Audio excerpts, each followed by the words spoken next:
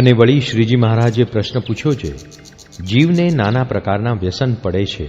કોઈકને ભાંગનું, અફીણનું, દારૂનું, ગાંજાનું ઇત્યાદિક અનેક પ્રકારના પડે છે. તે વ્યસન ક્રિયમાણ છે કે પ્રારબ્ધે કરીને છે? ત્યારે તેનો ઉત્તર પણ પોતે જ કર્યો છે, એ વ્યસન તો કર્યા થાય છે, પણ પ્રારબ્ધે કરીને નથી. માટે જો એ વ્યસનને ટાળ્યાનો શ્રદ્ધા સહિત આગ્રહ કરે ને શૂરવીરપણું હોય તો તે ટળી જાય, પણ શ્રદ્ધા ન હોય ને ફોશી હોય તેથી એ સ્વભાવ ટળે નહીં.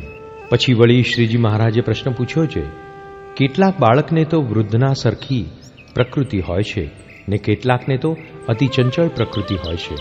તે સંગે કરીને થાય છે કે એના જીવમાં જ એવી પ્રકૃતિ રહી છે? ત્યારે તેનો ઉત્તર પણ પોતે જ કર્યો છે, બહુધા તો સંગે કરીને જ સારી નરસી પ્રકૃતિ થાય છે ને કેટલાકને પૂર્વકર્માનુસારે પણ થાય છે.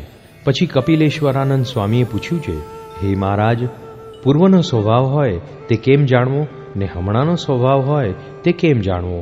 ત્યારે શ્રીજી મહારાજે તેનો ઉત્તર કર્યો છે, જે સ્વભાવ હમણાંનો હોય તે તો જો રૂડા સંતને સંગે રહીને થોડોક તેને ટાળ્યાનો ઉપાય કરે તો ટળી જાય. જેમ વંડી ઉપર તૃણ ઉગ્યા હોય તે 5 દાડા મેઘ ન વરસે તો સુકાઈ જાય, તેમ હમણાંનો જે સ્વભાવ તે તો થોડાક દિવસમાં ટળી જાય છે. અને જે પૂર્વનો સ્વભાવ હોય તેને ટાળ્યાનો તો અતિ દાખલો કરે ત્યારે માંડ માંડ ટળે.